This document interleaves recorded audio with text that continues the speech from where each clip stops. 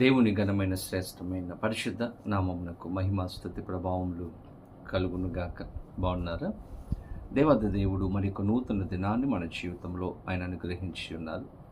ఈరోజు మీరందరూ కూడా ప్రార్థన పూర్వకముగా సిద్ధపడి ఎదురు చూస్తూ ఉన్నారని నమ్ముచూ ఉన్నాను.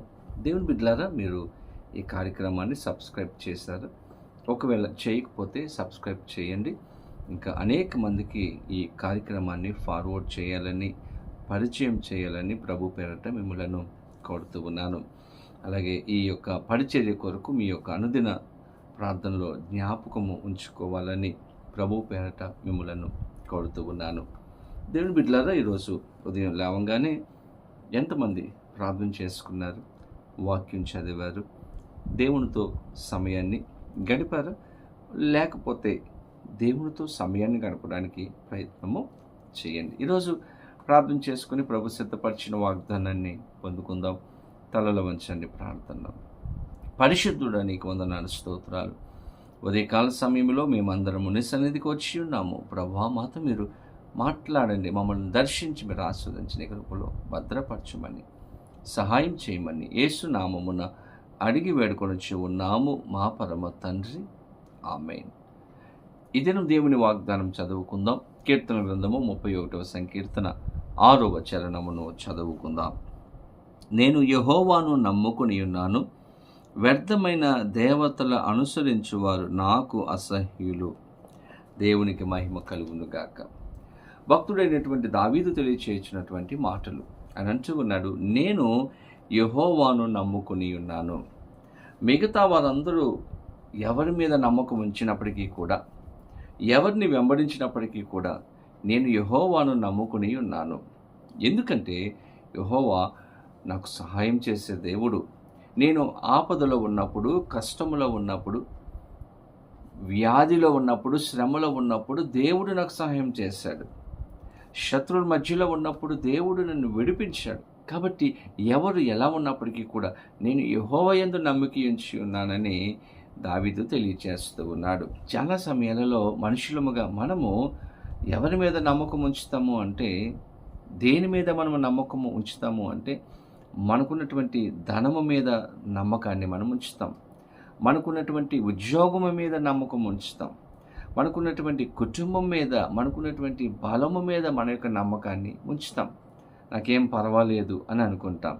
దేని బిడ్డలారా, ఈ కరోనా సమయంలో మనం గమనించినప్పుడు చాలామంది డబ్బుల మీద నమ్మకం ఉంచుకున్నారు, కుటుంబం మీద నమ్మకం ఉంచుకున్నారు. కానీ కరోనా వచ్చినప్పుడు చూడండి, డబ్బు వారికి ఉపయోగపడలేదు, బంధువులు అక్కడకు రాలేదు, ఎవరు కూడా సహాయం చేయలేదు.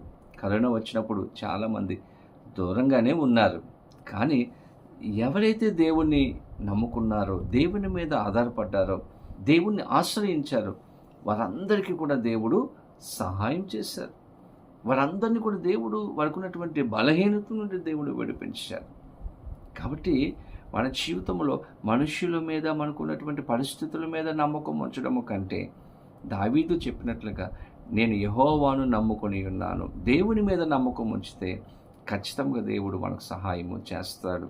బైబిల్ గ్రంథంలో అనేక మంది దేవుని మీద నమ్మకం ఉంచినప్పుడు దేవుడు వారికి సహాయము చేశారు. దేవుని బిడ్డలారా, 10 మంది కుష్ఠరోగులు దేవుని మీద నమ్మకం ఉంచి మరి ఆయన దగ్గరకు వచ్చినప్పుడు దేవుడు వారికి ఉన్నటువంటి కుష్ఠరోగం నుండి స్వస్థత వారికి అనుగ్రహించాడు.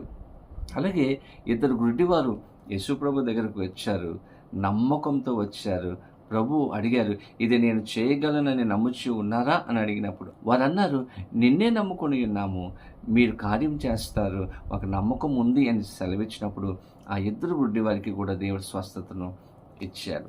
దేని బిడ్డల మన జీవితంలో కూడా మనము దేవుణ్ణి నమ్ముకోవాలి. ప్రతి కష్టములో, బాధలో, ఇబ్బందులో, అనారోగ్యంలో ఆయనను మనము నమ్ముకుని ఉన్నప్పుడు ఆయన మనకు సహాయం చేస్తాడు. కాబట్టి అటువంటి కృప పరిశుద్ధ ఆత్మదేవుడు ఈ వీడియో చూస్తున్న ప్రతి ఒక్కరికి అనుగ్రహించి సహాయం చేయండి గాక.